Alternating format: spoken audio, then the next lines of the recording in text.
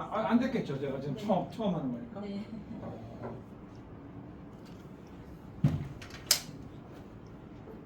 지금 소장국이 책이 총 몇 권이나 돼? 지금 한 480. 아니 이게 전체 도서관에. 도서관이요? 네, 네. 제가 도서관으로. 도서관 업무는 또 모르시고. 네. 이게 나눠져 있구나. 네, 맞아요. 오랜만이에요. 안녕하세요. 얘기해볼까? 저는 네가 나보고 삐쩍 말하지 마. 야, 너 무슨 어젯밤에 똑같은 거 얼마냐? 내거 발랐어? 이거 사진 봐라. 내거 발랐네. 발랐다고. 똑같은 색깔이? 이게 교회에서 짝이 행사 때 네 네번 찍고. 2, 6, 4. 아이 귀여워.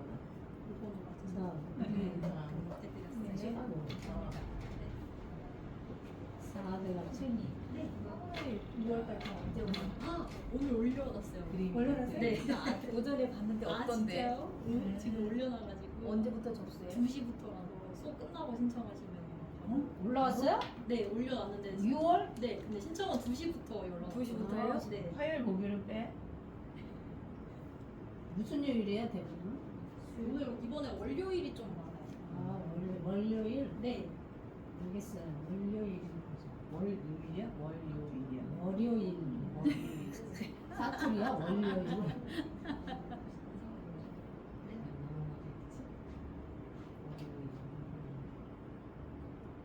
보시면은 좀 5분 남았어. 5분 남았어. 2시부터 신청이라고. 네. 지금 안 되는 거야.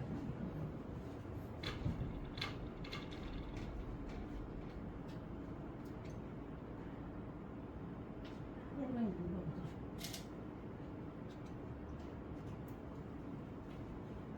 피자의 N 위에서 다육식물과 함께하는 이거 좋다. 이거 좋다. 6월 18일은 무슨 요일이야? 나한테 공유해봐. 나 또 열기 귀찮아. 6월 18일 목요일 끝. 안 돼. 안 돼?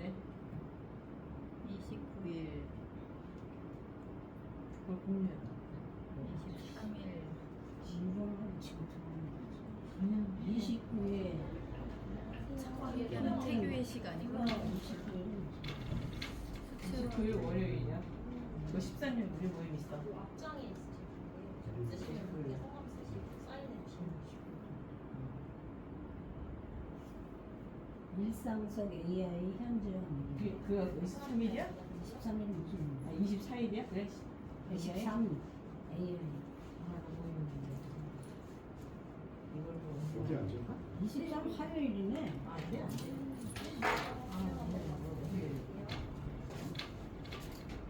차와 함께하는 태교의 시간. 그, 하나 신장에. 너 23일날 예약 저기 약속 있어 없어? 유학하지도 않네. 6월 8일 뭐야? 차와 함께하는 태교의 시간. 태교는 할 일이 없고. 수채와 캘리그라피. 그거 재밌겠다. 스치아 15일에서 15일 20일. 15일, 20일 토요일인데 22일 6월. 월요일 요거만 가. 요거만 가능하네. 이게 텔레그램이야? 캘리그라피.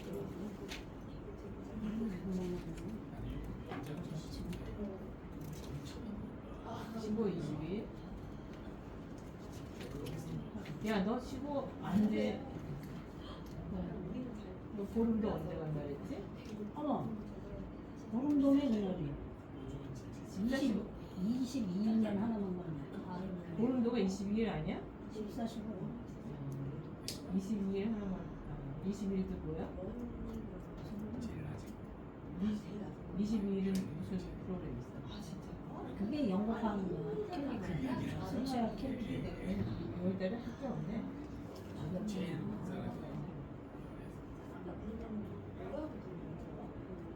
일상적 AI 현재와 미래 요즘 그게 몇 집이야? 23일. 몇 시인데? 시간은 어디나? 네. 팀장님? 네.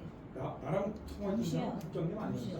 아니에요. 국장 처음에 통화하신 처음에. 다른 분이셨을 거예요. 처음에 과장님은 국정을 기억한데 모르겠어. 하여튼 뭐저 뭐야 주시장한테 얘기를 들었다고 나한테 알려주신 분은 국장 여권 그래서 저는 과장님도 안 돼요. 이렇게 없어. 아마 옮기셨나 모르겠지만 네. 최고는 국장이었어요. 다육이 식물 이거 참 좋은데. 과장님. 며칠이야? 가장 빨리 목요일 얘기해서 날 2시에서 4시인데. 그럼 직제가 팀장님의 과장이야? 네, 팀장이요. 과장이 국장? 네. 나도 하고 싶은데.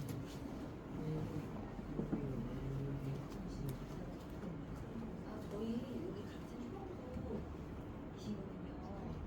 이상호가 있네. 이상호. 이상호?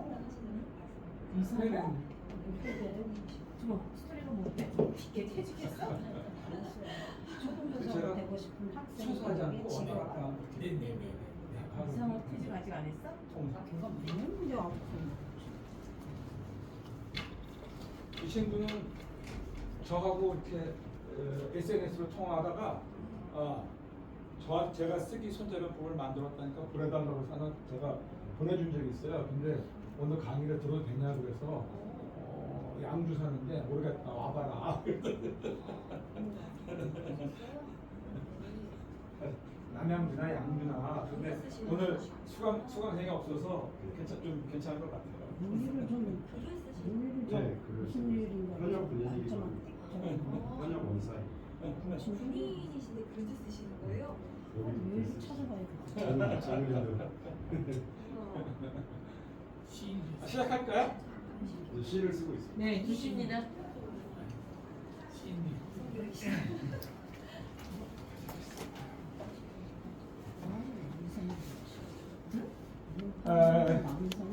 신청하신 분이 다 오시는 것 같지는 않지만 일단 시간이 됐으니까 시작할까요? 네. 스마트폰 보시면서 시작합시다 그러면 시작해도 되는 거예요? 아니요? A가 아니에요. A가. 소리를 지르는. 오늘 처음으로 남양주에서 하는 휴먼 공부 라이브러리 강의를 제가 오늘 처음으로 하게 됐어요. 강의는 처음은 아닌데 이 휴먼 공부 라이브러리라고 하는 걸 처음 와봤다는 뜻입니다. 앞에서 보시는 것처럼 저는 군인이었어요. 계급은 대장까지 갔으니까 최고 계급까지는 갔었죠. 별이 4개예요. 네, 별이 4개예요. 와. 장수도 침대에는 별이 5개인데 별 4개인 분은 저분이요, 저분. 저 사진 저분이요? 저 같지 않아요? 어디 이게 저 같지 않아요? 아니요. 저분이 그분을 그분인데. 써가지고. 저 요분이 이 5개 중에 어느 사진이 제일 마음에 드세요? 저거예요. 저. 요거요? 네. 나는 이 요거는 요 사람이 이제 한국에 주둔하는 연합사령관이라고 하는 사람인데 제가 좀 군복을 벗은 지 근 10년이 돼가니까 꽤 오래됐죠. 한 연합사령관이 이제 왔을 때 이제 전술 토의를 한다고 왔을 때 있는 사진이고 저는 이 사진이라고 할 것 같은데 아니 얼굴이 잘 안 보여요. 안 보여요. 잘 안 보여요? 작아서요. 이게 지금 멋있긴 약간 멋있다. 약간 한데 요 사진 한번 뭐 생각나는 거 없으세요? 무슨 드라마 뭐. 그렇죠. 네. 드라마 네. 뭐죠? 태양의 후예. 맞습니다. 네? 저기 요게 송중기. 그렇죠. 드라마 태양의 후예의 송중기가 요런 헬기를 타고 맞아요. 요런 선글라스를 끼고 다녔어요. 사망했다. 근데 제가 군사령관 할 때 그때가 막 송중기가 태양의 후예가 떴을 때예요. 그래서 군사령관한테는 전속 사진 기사가 있는데 걔가 제가 좀 송중기처럼 보이라고 이렇게 찍어놓은 사진이어서 딱이다. 제가 가장 아끼는 최애 사진 중에 하나이긴 합니다. 농담이고요. 제가 이 5개 사진을 여러분들한테 보여준 이유는 이 5개의 모습이 군인들이 해야 하는 일이라는 거죠. 군인들이 해야 하는 주로 해야 하는 일. 다른 거 하지 말고 이것만 해야 된다. 이게 군인이 싸우고 현장에서 훈련하고 하는 모습을 다 담은 것이니까. 그래서 우리 국민들이 지금 편하게 지내실 수 있는 것도 지금 이 순간에 군인이 이렇게 하기 때문이다라고 하는 것을 말씀드리고 싶어서 퀴즈를 저분들은 한번 선생님이세요? 만들어봤어요. 대장님이세요? 이것도 저예요. 와 멋지다. 제가 아닌 거를 누르면 안 되잖아요. 일단 제가 누군지 소개시켜 볼까요? 네, 저는 이랬는데 여기 계신 분들이 이제 뭐 연식이 어느 정도 있으시니까 이렇게 이야기하면 편할 거예요. 64 37기 그러면 잘 몰라요. 그냥 박지만하고 동기생 이렇게 하면 금방 알아요. 근데 젊은이들한테 가서 박지만하고 동기생하고 젊은 사람들은 77학번이야. 박지만은 누구야 이렇게. 네? 77학번이시죠? 살을 빼니까. 네? 77학번이시는 거. 그렇죠. 77학번이요. 보니까. 몇 학번이세요? 77이요. 예? 77. 77이요? 네. 얘기가 잘 통하실 것 같아요. 뭐 이런 일들을 제가 쭉 했어요. 요 중에 조금 자랑하고 싶은 것은 여기 합동참모본부 해외 파병 과장이라는 걸 했을 때 그때가 아프가니스탄에서 분당 샘물교회라고 하는 우리는 선교하라고 한 사람들이 24명이 아프가니스탄의 탈레반한테 잡혔을 때 그들을 풀어내기 위한 이 작전을 제가 담당을 해서 물론 뭐 두 분이 돌아가시긴 했지만 무사히 귀국시키는데 큰 역할을 해서 그것 때문인지는 모르지만 어쨌든 그해 장군이 되긴 했습니다. 태양이 그러다가 대장으로 문재인 정부가 들어서면서 전역을 했고 지금은 육군사관학교에서 특임 교수를 했었고 이건 무슨 말인지 좀 복잡하지만 이게 무슨 말이냐면 합동참모본부라고 하는 게 있어요. 합참의장이 지휘하는 거기에서 매년 큰 훈련과 연습을 4번을 하는데 그 연습을 하게 되면 누군가가 끝나고 나서 훈수를 둬야 될 거 아니야. 잘했니 못했니?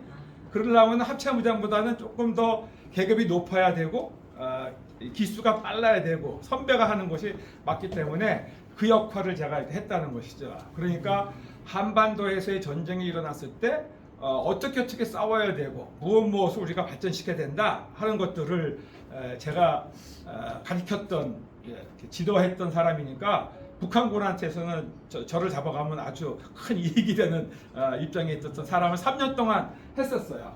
현재는 지금 강원대학교에서 특임 교수를 하고 있으면서 강원대학교에 있는 석박사 아이들에게 국가안보론과 군사전략론 등을 가르치고 있습니다.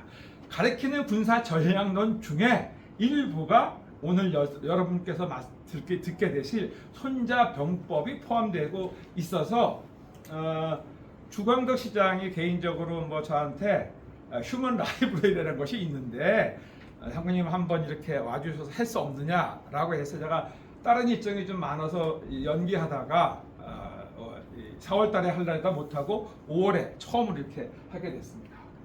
학력은 뭐 이래요? 제가 이걸 늘 쓰는 저의 바이오그래피니까 제일 보면 제 첫 줄에 뭐가 있어요? 중앙고등학교. 예. 윤 대통령과 그렇죠. 예. 요즘 아주 많이 뜨고 있는 내란고등학교라고 하는 이름을 듣고 있는 중앙고등학교 출신이에요.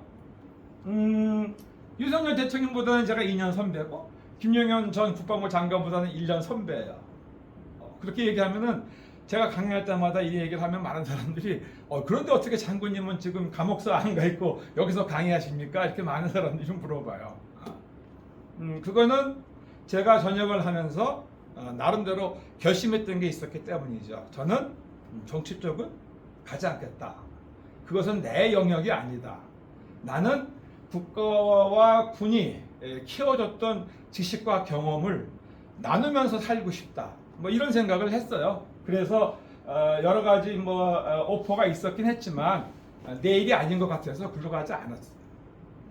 여러분들 저와 비슷한 연배시니까 인생은 B와 D 사이의 C다 이렇게 들어보셨죠? 그죠? 못 들어보셨죠? B가 뭐죠? birth예요, birth. 태어나는 거. D는 death죠. 스펠링은 다르지만 발음은 비슷하게 birth, death죠. C는 비슷하게 choice예요. B와 D 사이에 태어나서 죽을 때까지 사이에 선택이 인생이에요. 자기가 무엇을 선택하느냐 하는 것이 자기의 걸음걸이죠. 그 우리가 말하는 족적이다 얘기하는 것들이 그 사람의 인생이 그런 거 아니겠어요? 저는 제가 현역 생활을 하면서 우리 선배들이 뭐 육사 나온 선배들이 특히 하는 쭉 활동을 봤더니 정치판에 들어가서 성공한 사람을 본 적이 없어요. 후배들이 다 싫어해. 평상시는 존경했었는데 정치판만 가면 사람이 이렇게 변하는지 우리 후배들이 다 싫어하는 거를 옆에서 보면서 저 길은 내 길이 아닌 것 같다 하는 선택을 제가 했다는 것이죠. 지금 생각해 보면 참 아주 선택을 잘한 것이죠. 그걸 제가 선택을 하지 않았다면 아마 이런 라이브에서 강의하는 일이 없어 오늘 재판을 받고 있을지는 모르겠는 그런 입장이에요. 국가의 많은 혜택을 받아서 독일에서 대위 때 1년 반, 소령 때 1년 반 공부를 했었고 미국에서 6개월 정도 또 공부도 한 기회가 있었어요. 그 다음에 뭐 중령 때는 한남대학교 석사를 그 다음에 소장 때는 박사과정을 좀 밟다가 군단장을 나가면서 공부를 박사과정을 휴학했다가 전역 후에 다시 박사과정을 밟아서 집 근처에 있는 강원대학교에서 박사학위를 받고 지금은 강원대학교에서 후배들을 가르치는 일을 하고 있습니다. 아마 제 생각에는 하느님이 저한테 주신 탤런트 중에 남을 가르치는 탤런트를 주신 것 같아요. 그래서 그 탤런트를 잘 쓰라고 하셨기 때문에 그 길을 걷는 것 같습니다. 뭐 상은 많이 받았다고 적혀져 있는데 그 중에 리전 오브 메리트라고 하는 그 훈장이 있어요. 저 훈장은 미국군이 외국군한테 줄 수 있는 가장 큰 훈장이에요. 그 훈장을 이제 전역하면서 받았고 보국 훈장 통일장이라고 하는 거는 여러분들 가끔 저 전두환 대통령 이렇게 사진을 보면 군대 사진 보면 전역할 때 이렇게 쫙 뭐 하고서 사진 찍은 거 기억나시죠? 이렇게 쫙 내는 훈장을 보국 훈장 통일장이라고 해요. 모든 훈장은 5개의 등급으로 나눠져 있거든요. 그런데 어떤 훈장이든지 옆으로 매는 거 이렇게 이 훈장이 가장 높은 훈장이에요. 손흥민도 이거 찼으면 제일 높은 훈장을 찼던 것이고 LOL 우리 어머니들은 모르시구나. 게임하고 하는 페이커도 지난번에 받은 체육 훈장이 이거였단 말이죠. 이게 가장 높은 그러니까 대수라고 하는 훈장인데 제가 군 생활을 하면서 저희 와이프가 저한테 꿈이 한 가지 있다면 이거를 차고 전역하는 것이 꿈이다 라고 와이프가 얘기한 적이 있었어요. 그래서 제가 그 꿈을 이루기 위해서 열심히 군대 생활을 한 결과가 아마 이거였던 것 같아요. 뭐 잘하면 그만큼 하고 넘어갈까요? 오늘 여러분께 제가 소개할 내용은 장군에게 듣는 손자병법 이야기예요. 자, 죄송하지만 여러분들 제가 지금 수준이라 그러면 좀 미안하지만 수준을 알아보기 위해서 제가 조금만 물어볼게요. 손자병법을 내가 한 번은 읽어봤다. 소설이지. 한 번은 읽어봤다. 읽어보셨죠? 네. 손자병법을 내가 한 번 써본 적도 있다. 는 없으신가? 쓴 적은 없다. 쓰신 적은 예? 필사. 해본 적 해보셨어요? 네, 훌륭하시네요. 두 번째 질문 한자를 어느 정도 이해하시는지가 좀 왜냐하면 이게 손자병법이 한자니까 어쩔 수 없단 말이죠. 한자 우리 세대는 한자를 배웠었는데 한자를 대략 읽고 쓰고 해서 1800자 정도 우리 옛날에 배웠던 정도는 이해를 하고 있다. 괜찮죠? 그 정도면은 손자병법 저걸 할 수 있을 것 같아요. 손자병법을 강의하는데 이게 참 어렵단 말이죠. 왜냐하면 뭐가 어렵냐면 이 어느 정도 수준에서 이것을 이 수준을 맞춰서 여기 계신 분들 전체에 이 니즈를 맞춰 드릴 수 있는가 하는 것이 첫째가 어려운 것이고, 두 번째가 1시간 반에 손자병법을 해달라고 했는데 그 제가 그렇게 한다면 뭐 개론에 불과할 것이다. 따라서 오늘 한번 해보고 만약 취마 학습을 원하신다면 다음에 한 대여섯 번 나눠서 하루에 2편씩 이렇게 하는 방법도 참석하시는 분의 의견을 듣고 정해보는 게 좋겠다라는 뜻을 제가 여기 팀한테 전달을 했어요. 손자병법이 총 몇 편인 줄 아세요? 손자병법이 몇 글자인 줄 아세요? 써보셨잖아요. 몇 글자예요 손자병법이? 써보니까 손자병법 써보니까 몇 글자예요? 2,000개? 7,000개? 2,000. 2,000. 몇 천지는 모르겠어요. 손자병법이 4글자 아닌가? 손자병법? 네 글자네. 손자병법이 6,109자예요. 얼마 안 되죠?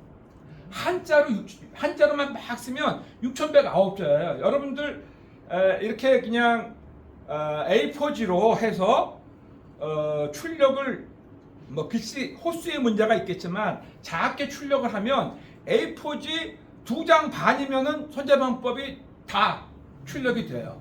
근데 손자병법 그러면은 전부 다 이게 너무 어려워라고 한 생각을 갖는 이유가 뭐냐면 이것을 해석한 사람들이 요만 2장밖에 안 되는 거에다가 이만한 해석서를 붙여가지고 어마어마한 두께로 만들었죠. 새칭 얘기하는 벽돌을 만들었어. 벽돌. 배고 자는 벽돌. 그러니까 손자병법을 이렇게 쉽게 접근하기가 어렵다는 거죠. 요게 제가 육사에 있는 생도들을 위해서 만들었던 손자병법이에요. 얼마나요? 이것도 얼마큼 얇으냐? 빈칸이 얼마나 많아? 빈칸이. 이게 해석만 한 건데 딱 요거예요. 그러니까 그냥 마음 놓고 딱 읽으면 20분이면 다 읽어 한 번에. 그거를 전혀 부담이 없는 책인데 우리가 접근하기가 별로 쉽지 않았던 책이 이 손자병법이란 말이죠. 그래서 제가 한번 여러분들한테 뭐라 그럴까 쉽게 좀 이 손자병법을 만만하게 볼 수 있게 설명을 해드리면 어떨까 하는 생각에서 이 강좌를 한번 준비해 봤거든요. 그렇게 하려면 일단 오늘 준비한 내용을 가지고 한 1시간 반 정도 여러분과 얘기를 나눠보고 그 다음 후속을 어떻게 할 건지는 한번 생각을 해볼게요. 제가 저녁 후에 이러저러한 강의를 LG그룹, 현대백화점그룹 이런 대기업뿐만 아니라 군사학과 다니는 이 학생들 이제 막 소위를 다룬 애들 이런 여러 대상을 가지고 한 300회 정도 강연을 했어요. 그러다 보니까 저는 이제 꾀가 많이 나서 어떻게 하면은 이렇게 강의 듣는 사람들의 이 신경과 관심을 집중시킬까 하는 이 방법이 생각나서 선물을 하나 갖고 왔어요. 오늘 열심히 듣는 한 분을 뽑아서 제가 만든 아까 쓰셨다고 했는데 쓰기 손자병법을 드리려고 해요. 여기 써 있잖아요. 예비역 대장 광운대 교수 김영식 교수가 권하는 쓰기 손자병법. 나중에 누가 받으시면 여기다가 이름 써드릴 거예요. 사인. 그래가지고 손자병법을 이렇게 3번 쓸 수 있게 만들었어요. 오늘 강의를 열심히 잘 들으시는 분이 계시면 저 뒤에 앉아 있는 우리 남성분은 제가 이렇게 손자병법 쓰기를 만들었다고 인스타그램에 올렸더니 저한테 와서 저 인스타그램 들어와서 저한테 보내주시면 안 됩니까 해가지고 제가 우편으로 보냈던 친구인데 이 강의를 한다 그러니 자기도 듣고 싶습니다 해서 오늘 온 사람이에요.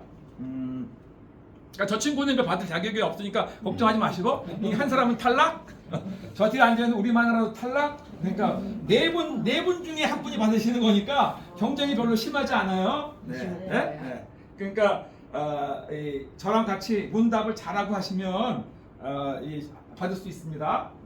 자, 지금부터 갈게요. 자, 손자가 누구냐? 손자. 손자는 춘추 전국 시대 말. 춘추 전국 시대다 하면 이게 또 좀 헷갈리는데 중국이라고 하는 나라의 역사는 하나라부터 시작했다고 통상 얘기해요. 있다고 전해지는, 꼭 있는지는 잘 모르겠지만 있다고 전해지는 하은나라, 하나라와 은나라가 있었다. 뭐 이렇게 해서 하나라, 은나라가 있었고 그 다음에 주나라가 생겼어요. 하은주. 근데 주나라가 망하고 나서 주가 나서 이 중국의 여러 제후국가로 막 나눠진 상태가 춘추 시대라고 그래요. 이 춘추 시대에 5만 가지 나라들이 나눠져 가지고 제후국이 되고 막 서로 달랐다고 떠들고 다니는데 그 중에 또 말빨이 센 사람들도 나와서 이거는 저거요, 이거는 저거요 하고 떠들기 시작했어요. 그 사람들이 누구냐? 공자, 맹자, 무슨 이런 장자하는 사람들. 백가쟁명의 시대가 막 했던 그 시대 말렵에 제나라에서 태어났어요. 제나라가 중요한 건 아니에요. 일단 태어났어요. 태어났는데 이 사람은 원래는 제나라 사람인데 오나라에서 활동했단 말이에요. 왜 오나라에서 활동했느냐? 제나라에서 있다가 먹고 살기가 힘들어서 오나라로 와서 오나라의 왕이었던 함녀라고 하는 왕한테 발탁이 돼서 이 병법 서로가 네가 잘한다고 하니 네가 한번 군대를 훈련시켜봐서 군대를 잘 만들어봐라. 이렇게 했다는 사람이 손자란 말이에요. 그러니까 오왕 함녀라고 하는 사람 때문에 이 손자가 발탁이 된 거예요. 여기에 이제 여러분들 옛날에 들어봤을지 몰라요. 그래서 오왕이 함녀가 야 네가 실력이 있다고 하는데 한번 우리 궁녀를 데리고 한번 해볼래? 훈련시켜볼래? 뭐 이랬다는 거 아니에요. 그래서 궁녀 100명을 데리고 1100으로 나눠서 훈련을 네가 시켜봐라 했더니 손자가 100명을 나눠가지고 훈련시켜서 깃발을 빨간 깃발 들면은 전진하고 노란 깃발 들면은 서고 뭐 이렇게 해가지고 훈련을 시켰다고 해요. 했는데 궁녀가 말을 들었겠어요? 말을 안 들었지? 까르르 웃고 안 했다는 거죠. 그랬을 때 손자가 함녀가 가장 아끼는 2명의 궁녀를 목을 댔다는 것이죠. 그 다음에 다시 노란 깃발 빨간 깃발 뜨니까 말을 들었다 하는 전설 같은 얘기가 손자한테 전해지죠. 얘기를 한번 들어봤을 거예요. 손자에 관한 얘기를 할 때. 근데 사실 이것은 뻥이에요. 뻥. 이거는 정사가 아니고 그 후에 사마천이라고 하는 사람이 사기라는 책을 썼잖아요. 역사서. 사기를 쓸 때 손자와 오자서라고 하는 두 사람의 관한 열전을 쓰는데 거기에 그 얘기를 썼어요. 사마천이 쓰기는 썼어. 그런데 이거는 실제로 생겼던 일이기 때문에 쓴 것이 아니라 손자라고 하는 사람을 좀 지휘를 잘한다, 군대를 이기게 만들었다 하는 걸 보여주기 위해서 지금 말하면 유튜버가 뻥치는 거 있잖아요. 그런 걸로 이해하는 것이 맞지 실제로 궁녀를 가지고 훈련시킨 뭐 그런 건 아니에요. 어쨌든 간에 오나라로 와서 이 사람이 오왕한테 발탁이 되는데 오왕한테 발탁할 때 그 사람을 천거해 준 사람은 오자서라고 하는, 들어봤을 거예요. 오자병법이라고 하는 책을 쓴 사람이 또 있어요. 오자서라고 하는 사람이 손자라고 하는 애가, 이 손자는 이제 이름이 손무예요. 손자라고 하는 것은 우리가 공자, 맹자 하듯이 높여 부르는 말이고, 손무라는 애가 있는데 얘가 아주 책을 썼습니다. 병법에 아주 기가 막힌 책을 썼는데 왕이 한번 보시죠 라고 해서 오자서가 추천을 해요. 그 추천을 받아서 손자가 가서 왕한테 나는 이렇게 싸우면 이긴다고 생각합니다라고 했던 말이 요게 했던 말이에요. 그래서 요 손자병법은 문어체가 아니라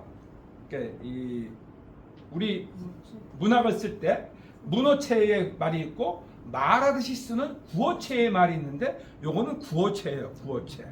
손자가 말하길 하고 빠바바바바방 이렇게 나간다 말이죠. 그래서 손자가 말한 걸 마치 누가 얻어서 적은 것처럼 되어져 있는데 적은 사람은 없다라고 전해지지 않아요. 누가 적었는지를 몰라요. 어쨌든 간에 손자가 이 책을 직접 썼는지 아니면 말을 한 걸 다른 놈이 적었는지는 정확하게 현재까지 입증되진 않았는데 1972년에 은작산이라고 하는 곳에서 죽간으로 된 손자병법 책이 발견된 거예요. 72. 옛날에는 죽간 이 대나무에다가 글을 썼잖아요. 거기에 발견됐는데 그게 13편의 죽간이 발견이 됐어요. 그 13편의 죽간이 발견된 것에 숫자를 세어봤더니 6109자가 된다는 거예요. 그래서 지금까지는 손자병법을 6109자의 이 죽간편 은작산에서 발견된 것을 원본으로 치고 있어요. 다만 이게 진짜 원본인가 다른 건 없는가에 대해서는 학설이 많아요. 왜냐하면 이게 손자가 그렇게 똑똑했는데 이게 보고 다 공부가 나면 뭔가 좀 이상해, 뭔가 좀 빠진 것 같아. 뭐 이렇게 화장실 갔다가 뒷일을 잘 안 끝낸 것 듯한 느낌이 들어요, 이 책에. 그래서 혹자들은 진짜 원본은 어디 더 있는 것이 아니야? 이렇게 의심은 하고 있으나 아직 발견된 바는 없어요. 그래서 이 사람이 손자가 그냥 이론만 가지고 했으면은 뭐 그냥 이론 가겠지라고 할 텐데 이론만이 아니라 실제 병력을 끌고 전쟁터에 나가서 이겨요. 그게 누구랑 싸웠냐면 초나라와의 전쟁에서 이겨요. 그러니까 5초 전쟁이라고 하는데 초나라와의 전투에서 이겨서 자기의 능력을 실제로 입증을 했죠. 전쟁에서는 이래야 된다 하는 것을 입증을 했단 말이죠. 그래서 손자병법이 이론과 실제를 전쟁이라고 하는 것은 이론이 있을 수 있잖아요. 이렇게 싸우면 이길 수 있어 라고 했는데 그걸 따라 싸웠더니 이게 맞아떨어져야 되는데 이게 안 맞아떨어진단 말이야. 그래서 이론만 있으면 안 되고 이론이 있으면 실제 상황에서 그와 같은 것들이 벌어지고 있느냐 할 수 있느냐 하는 것들을 상호 비교해 봐야 되는 것이죠. 지금 미국과 이란이 싸우고 있는데 미국이 지금 택하고 있는 전쟁 이론이 실제 상황에서 제대로 맥히느냐 보면 안 맥히잖아. 이게 뭔가 이론과 실제 사이에 괴리가 엄청나게 있다. 이게 뭐가 문제지? 하는 것들을 지금 많은 사람들이 연구를 하고 있는 거와 똑같은 거예요. 그러면 이 춘추 전국 시대라고 우리가 통상 얘기하잖아요. 춘추 전국 시대. 근데 지금은 춘추 시대만이에요. 춘추 시대에 끝나고 나서 전국 시대가 생기는 거예요. 그러니까 춘추 시대에 있었던 나라들이 있다가 거기서 다시 이제 이 나라들이 센 놈 약한 놈 해가지고 합해져 가지고 정리가 됐고 그 다음에 정리된 나라들이 전국 시대에 이렇게 7개의 나라로 정리가 된 걸 전국 시대라고 부르는 거예요. 근데 우리는 지금 손자가 살았던 것은 춘추 시대야. 춘추 시대의 나라가 얼마나 많은지 제가 뒤에 보여드릴게요. 근데 이때는 아까 말씀드렸던 이렇게 주나라가 후주 그러니까 망해서 밑으로 내려가면서 주나라는 있긴 하지만 나머지에 있었던 그 넓은 중국 땅덩어리에 각자가 다 자기가 잘났다고 제후국 왕이 비슷한 역할을 하는 나라들이 생겨져 가지고 서로 이전 투고 물고 뜯고 싸우고 했던 시기였던 것이죠. 그래서 이때 우리가 백가쟁명의 시대다. 공자, 맹자, 무슨 뭐 법자, 도가 뭐 이렇게 온갖 것들이 다 나타나서 내가 잘났네, 네가 잘났네, 네 이론이 맞네 하는 것들이 막 들고 일어났던 시대였어요. 그러던 중에 공자님이나 맹자님의 말씀보다 법가와 병가, 법가와 병가의 말들을 왕들이 더 신뢰하고 따르기 시작하는 거예요. 왜? 현실 정치가 그런 것이니까. 국권을 세우고 자기가 권력을 유지하려고 전쟁에서 이기려고 한다면 법가와 병가의 말을 듣는 것이 더 좋으니까 그런 것을 장려하게 되는데 손자가 그런 병가의 한 축을 담당했던 이론가라는 뜻이에요. 이때는 여러 나라가 너무 많이 나가 있으니까 서로가 서로를 물어뜯고 살지 않으면 죽지 않으려면 적을 죽여야 되는 이러한 상황에 있었던 때예요. 약육강식의 시대죠. 뭐 한참 후에 유럽에서 있었던 홉스가 만인에 대한 투쟁이라고 하는 말을 했던 것이 똑같이 정글의 법칙이 적용되던 시대가 바로 이 춘추 시대였어요. 그러니까 살아남기 위해서는 전략과 뛰어난 병력 운영이 가능한 인재들이 필요했던 때였어요. 그러니 센 놈이 있으면 센 놈과 싸우기 위해서 약한 애들이 뭉쳐가지고 야 우리 뭉쳐서 쟤랑 한번 싸우자 뭐 이런 서로 합종 연행을 하던 시기였어요. 이때 손자는 이 혼란한 시기에 야 전쟁을 하는 게 맞아? 라는 생각을 했다는 것이죠. 살아남기 위해서는 어떻게 하긴 해야 되는데 전쟁을 하는 게 꼭 맞나? 하다가 전쟁을 하려면 무지무지 신중하게 전쟁을 해야 된다 라고 하는 결론에 도달을 해요. 그러면서도 가급적 전쟁을 하지 않고 이기는 게 최상의 길이다 이런 생각을 말해서 많은 사람들이 손자의 사상을 부전승 사상이라고 불러요. 부전승, 싸우지 않고 이기는 것을 손자가 얘기했던 사상이다 이렇게 얘기를 한단 말이죠. 제가 조금 아직 안 나왔지만 미리 땡겨서 말하면 부전이 구린지병 선지 선자야 이렇게 했어요. 부전, 싸우지 않고 굴인, 적을 굴인, 굴복시키는 것이 선지선, 선중의 선이다. 최고의 방법이다. 이렇게 얘기를 했단 말이죠.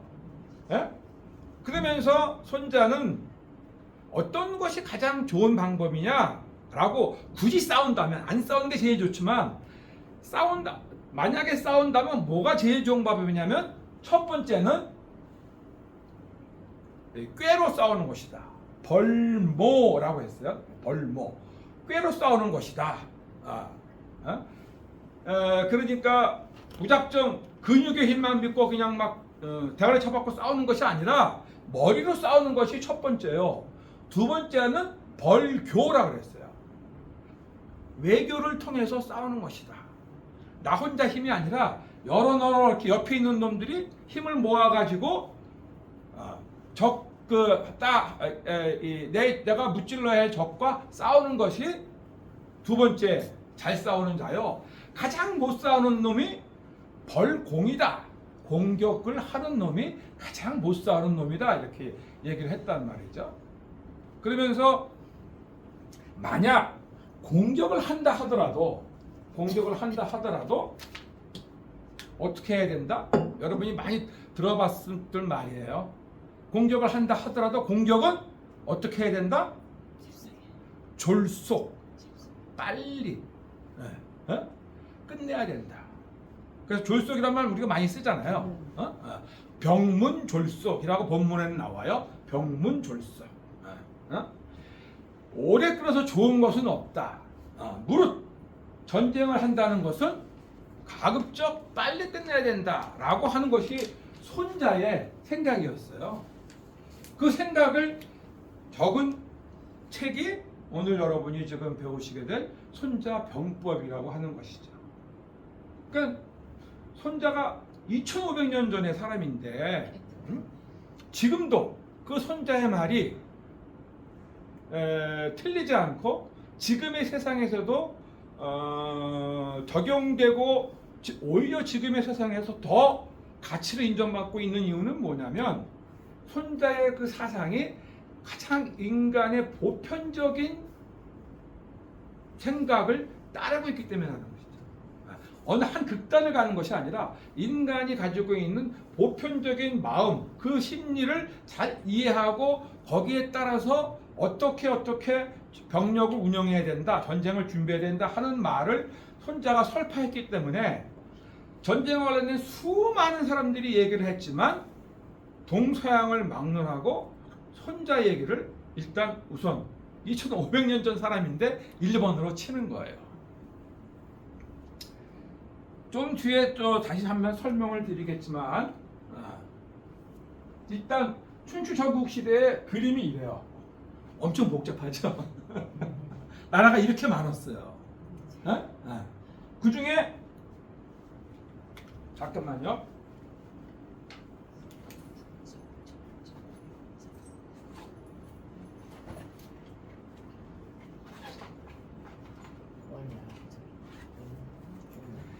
양주는 2개네.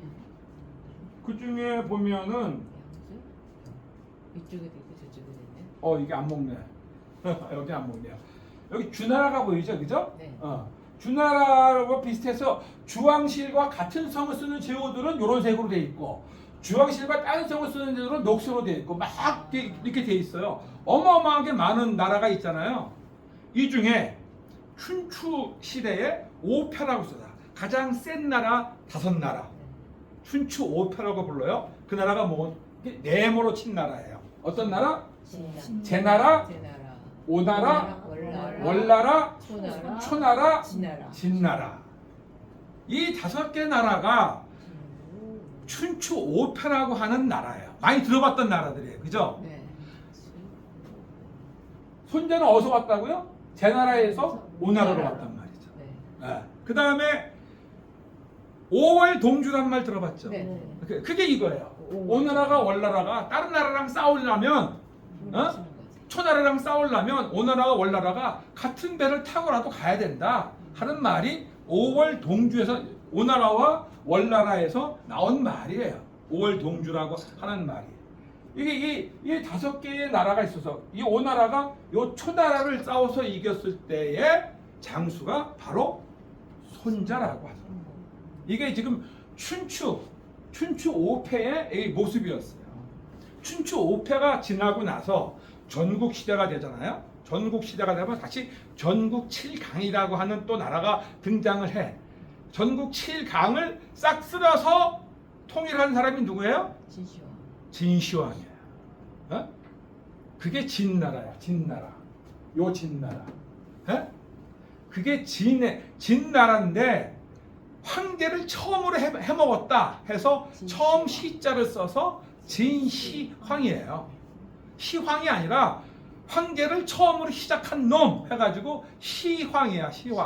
시황제. 그래서 진나라라고 하는 나라에 처음으로 황제를 열은 사람 해서 진시황제고, 그 진시황이 진나라를 두국을 통일했는데 하도 나라를 개떡같이 다스려가지고 죽자마자 나라가 다시 4분 5열로 나눠지기 시작하는 것이죠.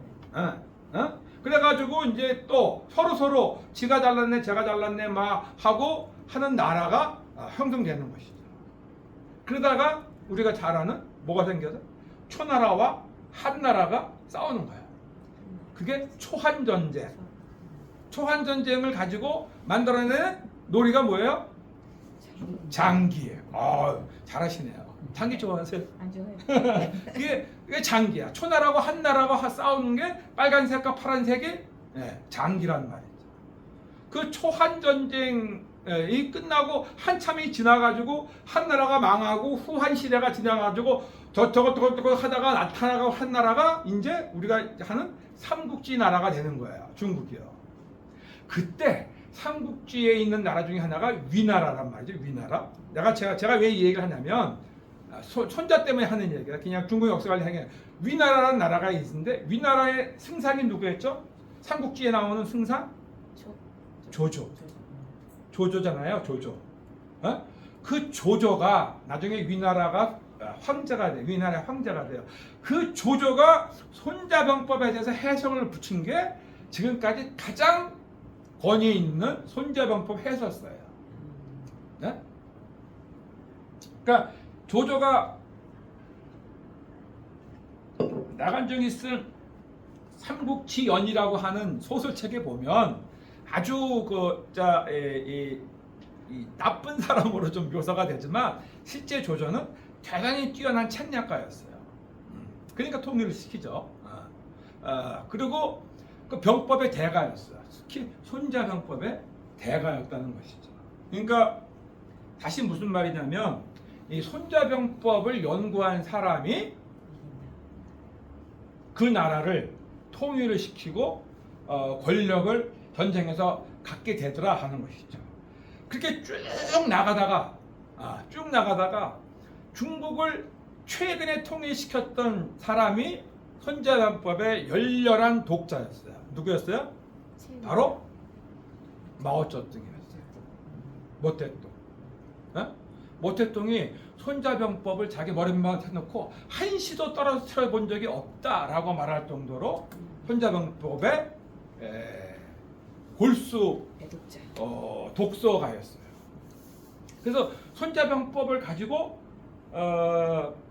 이 모택동이 야 이게 지금 손자병법이 너무 많으니 내용이 많고 어려우니 요거를 어떻게 좀 우리 병사들이 쉽게 할 수 없을까? 라고 해서 모택동이 머리를 짜내서 만든 게 16자 전법이라는 게 있어요. 들어봤죠?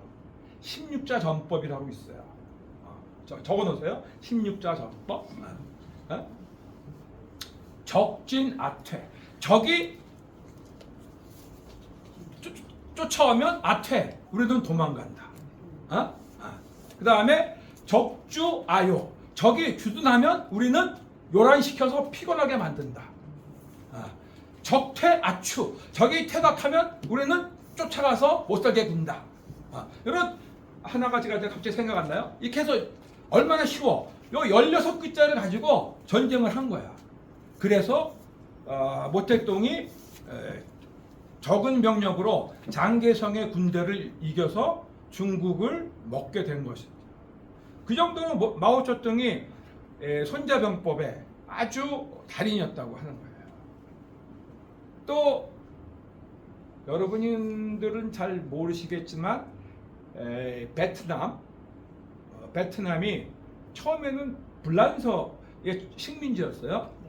그 불란서의 식민지였다가 불란서랑 베트남이 싸우다가 불란서가 와장창 깨져가지고 우리 못 싸우겠어 하고서 도망가니까 미국한테 니네가 좀 대신 싸워줄래 해서 미국이 베트남 전쟁에 개입을 한 건데 그 불란서를 못 싸우겠어 하고 도망가게 만든 사람이 도웅웬잡이라고 하는 베트남의 영웅이 있어요. 그 사람 또한 손자병법의 달인이었어요.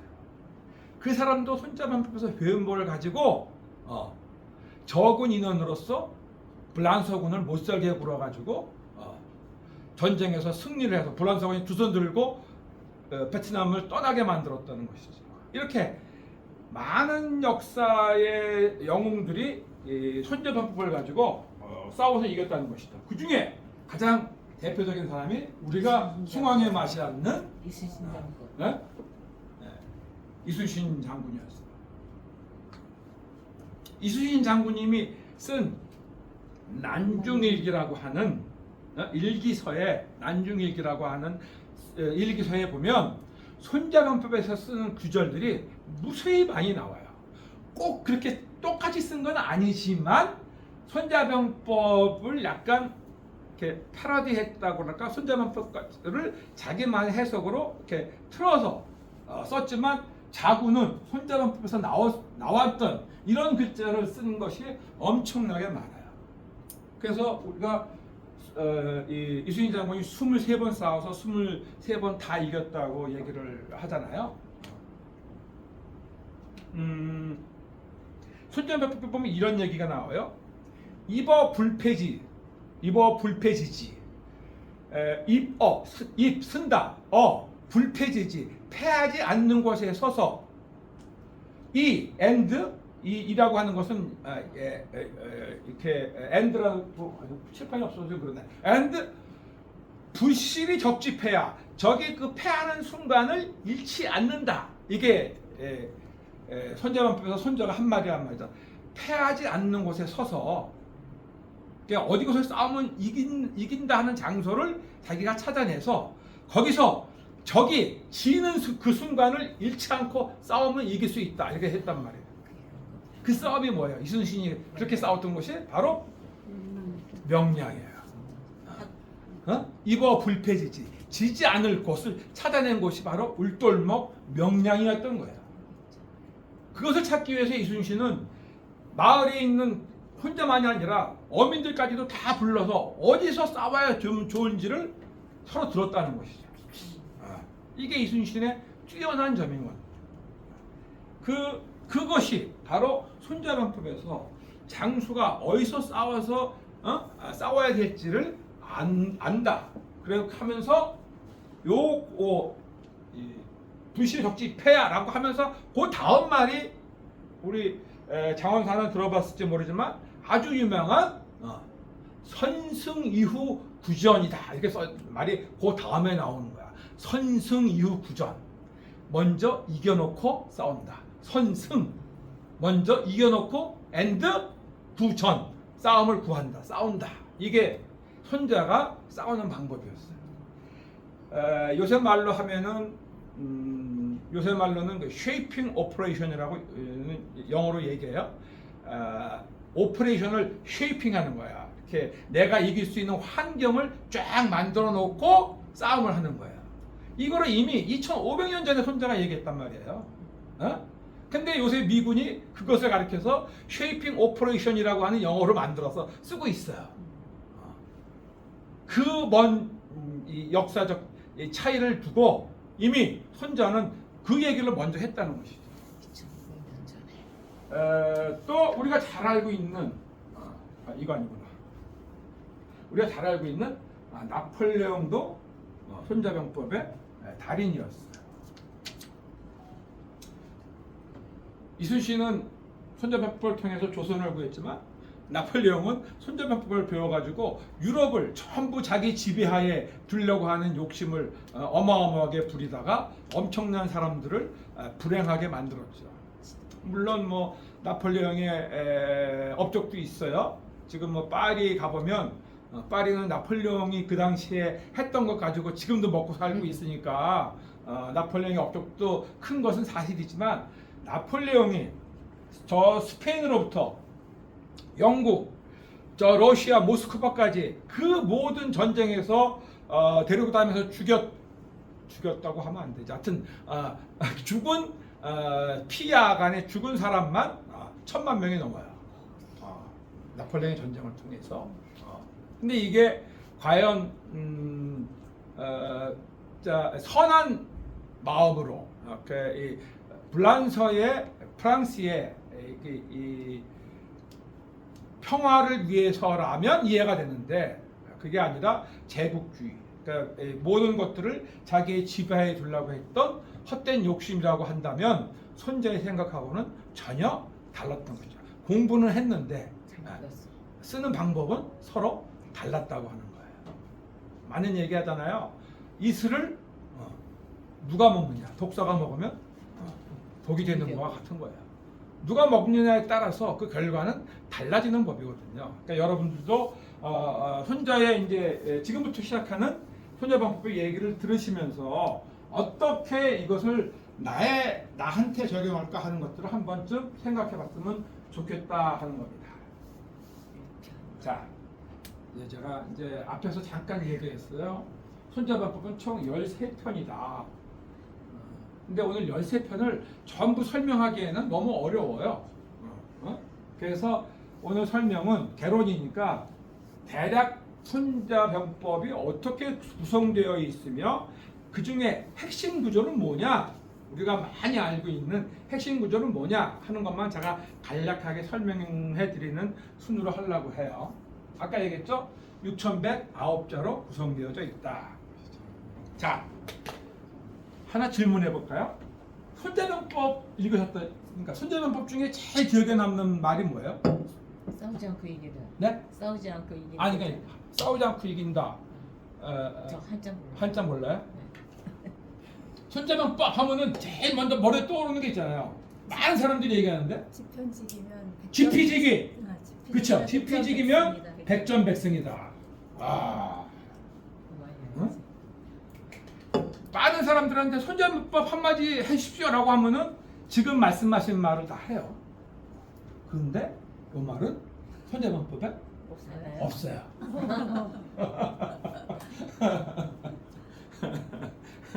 이렇게 듣긴 들었는데, 여기 우리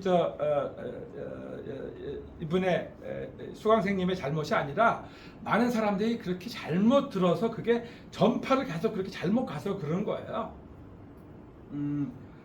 손자병법의 손자는 이렇게, 그건 맞아요. 백전백승이라고 얘기하지 않고 지피지기면 백전불패가 아니라 태 위험할 태자라 썼어요. 패할 태자가 아니라 위험할 태. 나를 알고 적을 알면 100번 싸워도 다 위험하지 않는다. 예? 나하고 적을 안다고 해서 이길 수 있는 건 아니다. 그럼 뭘 더 알아야 될까요? 나도 알고 적도 알고 기상도 알고 땅도 알고 알아야 될 게 많잖아요. 나하고 적만 안다 그러면은 이거는 안 되잖아요. 근데 나도 모르고 적도 모르면 어떻게 돼요? 이것은 매전 필패다 이렇게 얘기했어요. 나는 아는데 적을 모른다. 그러면 이것은 매전 필태다. 위험하다. 이렇게 얘기를 했단 말이죠. 그러니까 위험하다고 하는 말은 이기치질지 갸우뚱하다. 이건 좀 조심해야 된다. 뭐 이런 뜻이었어요. 자, 제가 왜 이 얘기를 질문을 드리냐면 오늘 이제 손자병법을 공부하시니까 어디 가서 이제 누구랑 얘기할 때 그렇게 얘기하면 권위 있게 한 말씀 하실 수 있다는 거예요. 그게 아니라 필패는 그런 말은 없어. 이렇게 하시면 돼요. 자, 13편으로 되어 있는데 이 중에 1, 2, 3편은 전략적인 구성이다 이렇게 얘기를 통상 해요. 다시 그렇게 얘기하면 좀 어려우시겠구나.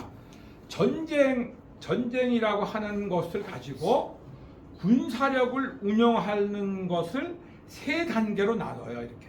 네? 이것을 이제 군사적 용어로는 용병술 체계, 병력을 운용하는 체계라고 해서 이것을 세 단계로 나눠요. 그 제일 밑에를 있는 것을 전술이라고 부르고 그 위에 있는 걸 작전술이라고 부르고 그 위에 가장 높은 것을 전략이라고 불러요. 가장 상위의 것을 전략, 그 다음 가장 밑에 것을 전술, 중간 것을 작전술이라고 불러요. 옛날에는 전략과 전술 두 가지만 있었어요. 그러다 보니까 가운데 뭔가 좀 더 있는 것 같은데 라고 해서 이것을 오퍼레이셔널 레벨이라고 하는 별도의 작전술 체계라고 하는 것을 만들어냈어요. 어쨌든 간에 자, 여러분, 근데 전투를 아무리 잘해도 이 전략적 승리를 만들어낼 수 있어요? 이게 될까요? 이게 꼭 맞지 않는다는 거예요. 전투는 다 이겼는데 전략적에서는 질 수가 있는 거예요. 근데 전투를 지더라도 전략적 승리는 가져올 수 있어요. 그러니 중요한 건 뭐예요? 요 전략적 체계를 어떻게 잘 운영하느냐, 요것들은 상위에 있는 높은 사람들이 해야 할 것이죠. 예? 대통령을 비롯한 우리가 얘기하는 NSC라고 얘기하는 National Security Council이라고 하는 이 사람들이 모여서 군사력과 관련된 모든 것들을 어떻게 쓸 것이냐 하는 것을 정하는 것. 이게 전략적 차원이에요.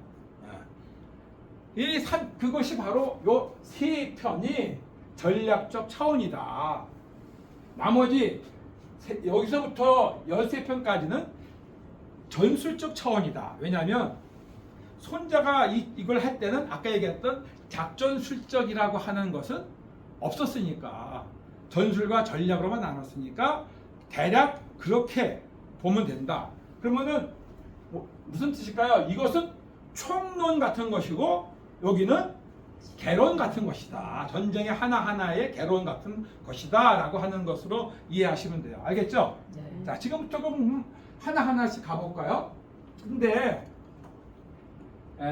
손자가, 제가 왜 이 손자병법이 완전하지 않다고 얘기를 하냐면, 이 책이 완전하려면 책의 처음과부터 끝까지 그리고 각 편에서 말하는 바가 수미일관해야 돼요. 수미일관, 머리부터 이 꼬랑지까지가 쫙 하나의 논리로 꿰뚫고 지나가야 되는데, 이게 손자병법이 있다 보면 해다가 이 말이 여기서 또 튀어나왔다가 가다가 저 말이 여기서 또 튀어나왔다가 이렇게 가요. 이 손자병법을 처음에 보시면 잘 모르는데 여러 번 읽어보면, 저는 솔직히 얘기해서 한 1000번 넘게 읽었고 30몇 번 정도 써봤어요. 그런데 왜 손자가 이렇게 썼지? 라고 하는 지금은 많은 의문을 가지고 있어요. 처음에는 뭐 그런 게 없이 그냥 읽어봤지만 예를 들어서 구지라고 하는 거야. 9개의 지형이라는, 지형에는 이러이러한 종류가 있다. 땅은 이러이러한 땅이 있으니 이 땅은 이렇게 써야지 잘 싸운다 라고 하는 말을 한참 하다가 갑자기 상황별 부대주의 및 대응 방향, 여기서 이거와 땅의 이용과 전혀 관계없이 장수는 어떻게 해야 된다 하는 말이 튀어나와요. 이건 뭐지? 갑자기 뜬금없이 뭐 이런 게 있어요. 화공, 옛날에는 전쟁할 때 불을 많이 썼잖아요. 대포 이런 게 지금은 없으니까 옛날에는 그걸 불로 질렀단 말이야. 그래서 불의 종류는 이래야 된다, 불을 어떻게 놔야 된다, 밤에는 무슨 어떻게 되고 무슨 이렇게 해가지고 불의 사용을 한참 막 설명하다가 뜬금포로 갑자기 전쟁에 관해서 임금은 또 무슨 생각을 해야 된다 하고 이 말이 또 중간에 또 튀어나와요. 이런 것들은 아마 누군가가 손자가 했던 것들을 옮겨 적고 하는 과정에서 좀가 뭐가 이게 지금 비틀어진 것이 아닌가 하는 것이 학자들의 생각이고 저도 그렇게 생각해요.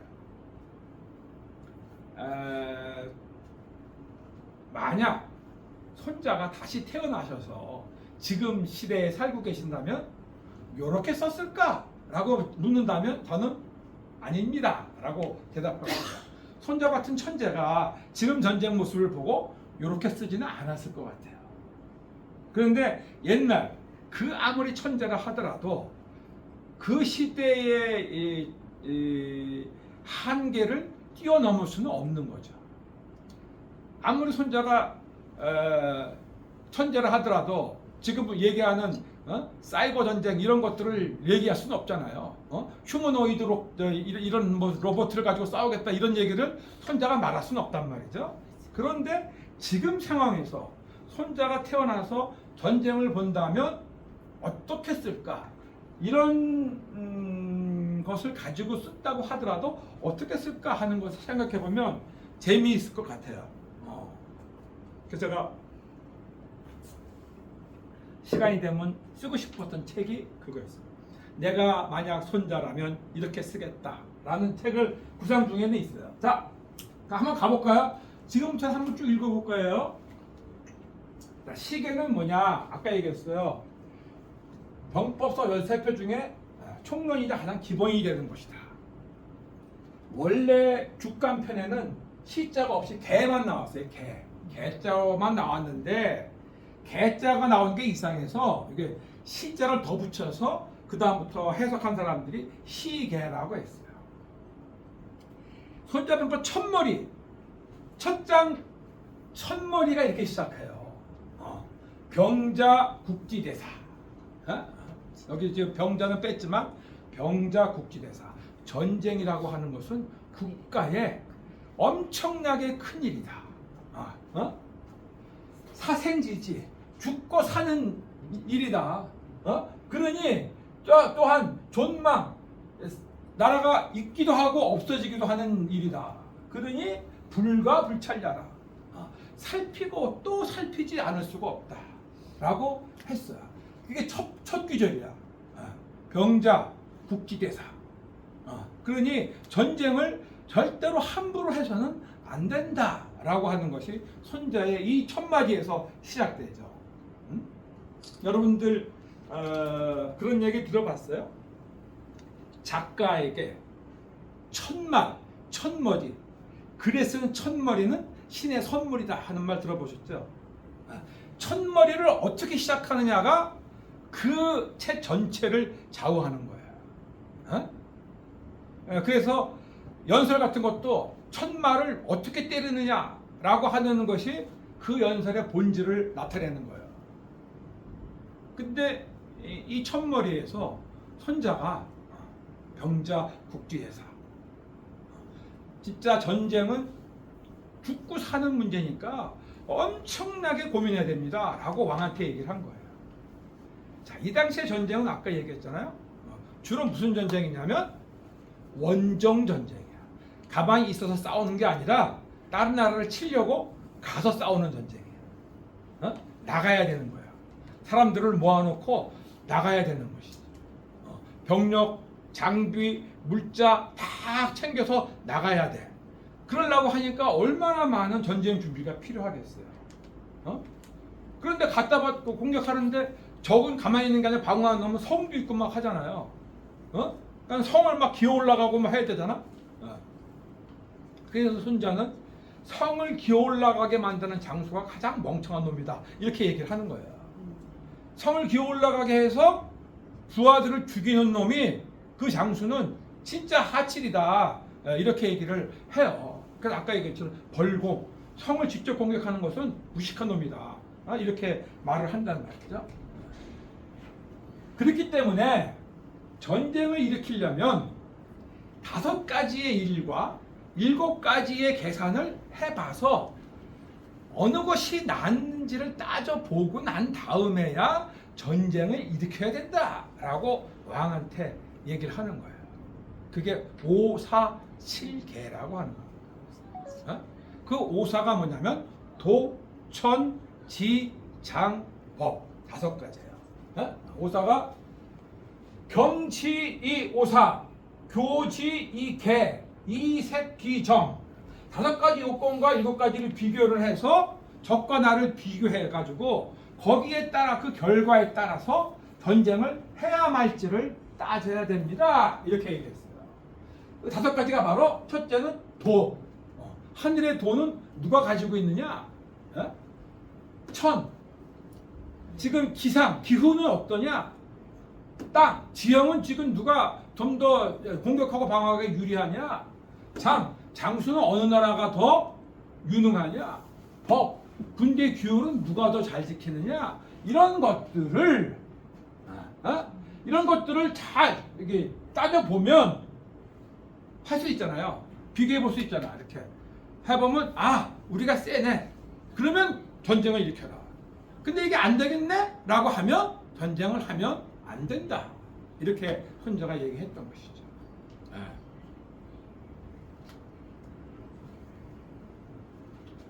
그러면서 이 손자는 아주 재미있는 생각을 했어요.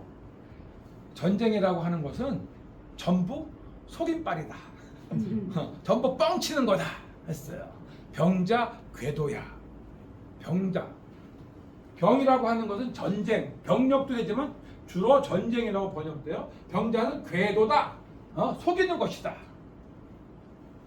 그래서 속이는 것이다. 이렇게 그러면서 멀리 있으면 가까이 있는 것처럼 보이고 가까이 있으면 멀리 있는 것처럼 보이고 병력이 많으면 적은 것처럼 보이고 적으면 많은 것처럼 보이고 뭐 이렇게 하면서 속이는 방법을 쫙 설명을 해요. 그 중에 하나가 바로 공기무비. 공격하라 어리를 적이 준비하지 않은 곳으로, 적이 준비되지 않은 곳으로 공격하고 적이 생각하지 않은 곳으로 나아가라. 예? 아주 멋있는 말이잖아요. 예. 그런데 이 말을 가지고 1800년에 영국에 있는 리델 하트라고 하는 군사 전략가가 손자에 뿅 가가지고 그 사람이 이 손자병법을 연구하면서 뿅 가서 저 말을 가지고 용어를 만들었어요. 최소 저항선과 최소 예상선이라는 것을 만들었어요. Line of least resistance, Line of least acceptance 이렇게.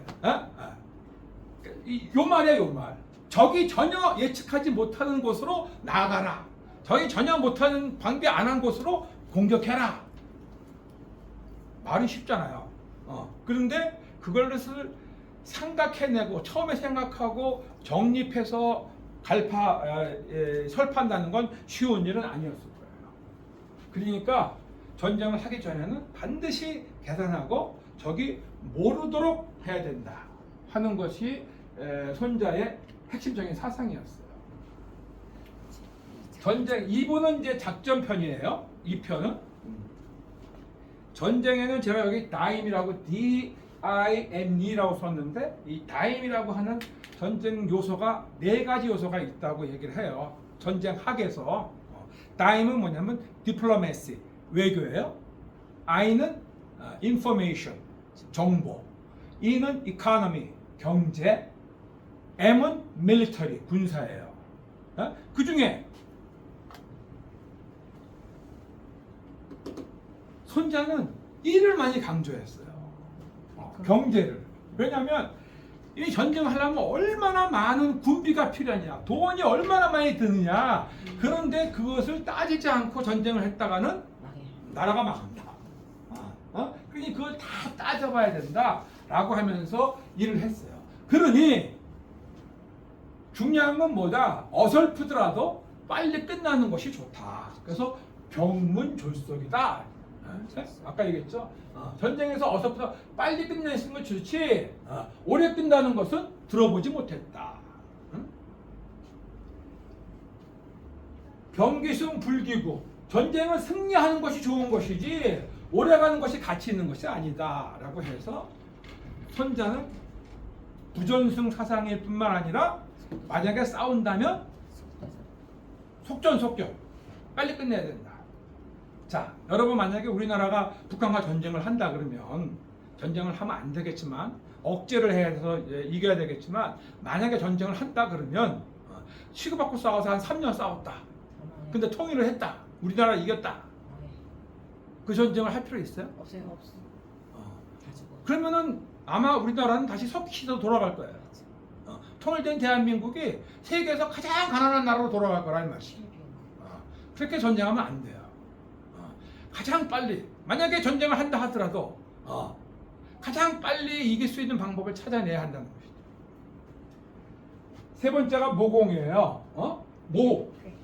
꾀로서 공격을 해야 된다라고 하는 것이죠. 전쟁의 핵심은 싸우지 않고 이기. 아까 얘기했습니다. 싸우지 않고 이기다. 부전이 구린지병 선지 선자야. 싸우지 않고 적을 굴복시키는 것이 진짜 잘하는 놈이다. 그러면서 뭐라고 얘기했냐면 상하 동역자 승. 상하가 서로 같은 마음을 가지고 있는 놈이 이긴다. 그러면서 아까 얘기했죠. 지피지기 백전불태라고 얘기했어요. 지피지기면 백전이 불태다. 위험할 테야. 위험할 테 들어가네.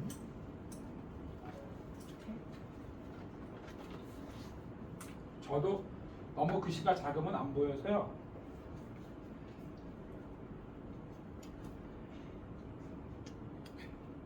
지피지기면 백전불태,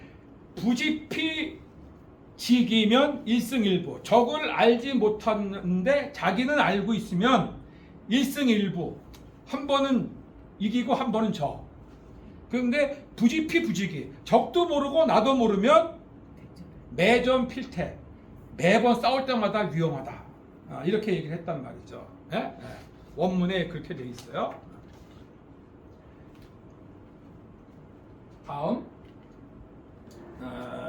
4편부터는 이제 군사력 운영에 관한 전술적인 얘기를 하는 거예요. 승리를 하기 위해서 군의 태세라고 영어로 얘기하면 파수처라고 하는데 군이 어떤 태세를 해야 될 것이냐 하는 얘기예요. 아까 얘기했잖아요. 얘는 손자는 지지 않는 상태를 만드는 것을 먼저 봤어요. 일단 아생연후의 살타야. 내가 먼저 살고 나서 적을 죽여야지. 내가 준비가 안 되는데 막 대가리 쳐박고 싸우는 놈은 하책으로 봤어요. 자기가 살아야 된다. 그래야 나라가 존속한다. 이게 이 손자의 기본적인 생각인 거예요. 선이 불가성 이대 적지자스구나. 적이 아군을 이길 수 없도록 만들고 불가성 제기 가승제적. 적이 이기지 못하는 것은 내가 이길 수 있는 상태이기 때문에 그렇다. 이렇게 얘기한 거죠. 승병은 선승 이후 구전이고 패병은 선전 이후 구전이다. 이기는 군대는 먼저 이기기 전에 이겨놓고 싸우고 지는 군대는 싸우고 나서 승리를 구한다. 아까 얘기한 것 이순신은 이겨놓고 싸운다 했던 거와 같은 거예요. 병세는 승리를 위해서 병력을 어떻게 운영해야 되느냐 하는 것이죠. 세력을 어떻게 발휘할 것이냐 하는 건데 여기서 이제 손자가 얘기한 것이 기와 정의의 문제예요. 기와 정. 기는 기습 같은 것이죠. 기발한 생각. 정은 전공법. 기와 정을 적절하게 써야 된다. 헤겔이 얘기했던 정반합의 이론과 같은 거예요. 기와 정을 써서 새로운 걸 만들어내고 또 다시 기와 정을 합해져서 새로운 게 만들어지고 이런 식으로 해서 전투력 운영이 돼야 된다 하는 것이죠. 적을 맞아 패배하지 않게 하는 방법은 저 기와 정을 적절하게 혼합해서 쓰기 때문이다 라고 얘기를 한 거예요. 그래서 무릇 싸움이라고 하는 것은 정으로 싸우기도 하고 기로서 승리한다 라고 얘기를 했어요. 전공법으로 싸우긴 하지만 결국 승리는 남이 쓰지 않은 기발한 생각을 가지고 우리 지금 얘기하면 창의적인 생각을 가지고 해야 승리를 한다 라고 생각을 했어요.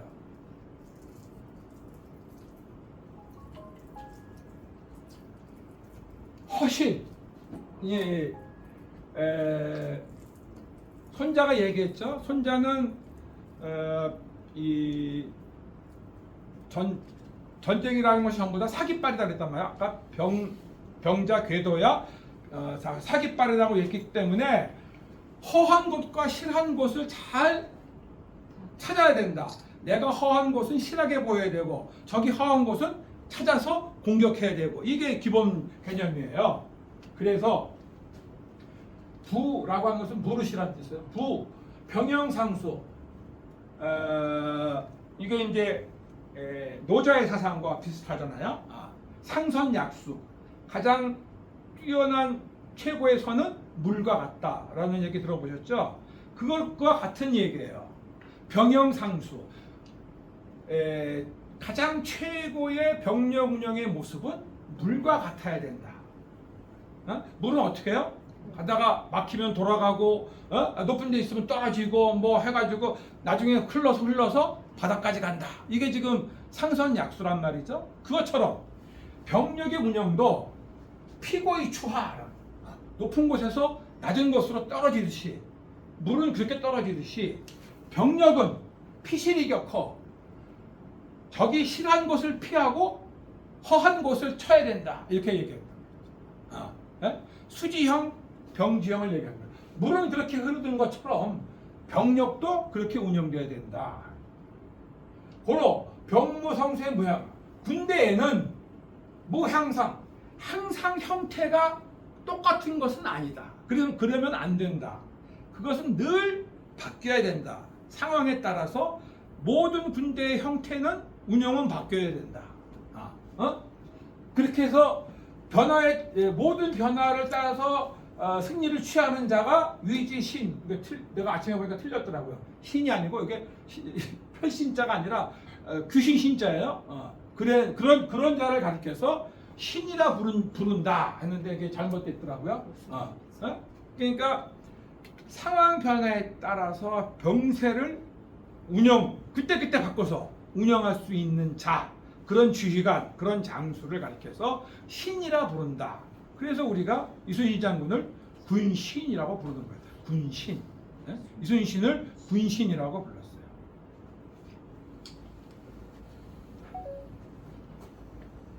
그러면서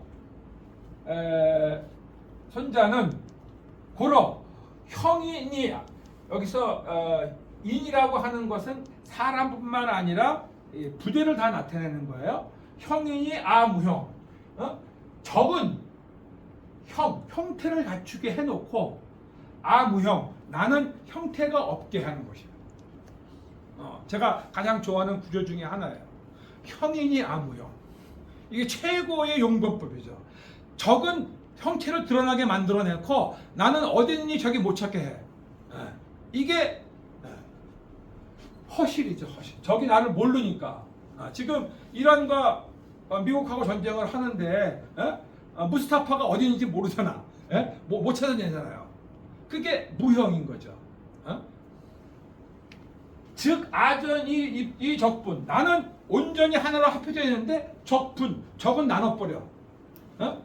그래서 아전위인, 나는 하나가 되고 적은 위십, 10개로 나눠져 버린다면 내가 20, 10으로서 적 하나를 공격하게 된다. 무슨 말인지 알겠죠? 내가 적을 혼자 있는 것처럼 적을 나눠버리면 내가 뭉쳐서 하나인 적을 각계격파를 해나갈 수 있다. 이게 허실이에요.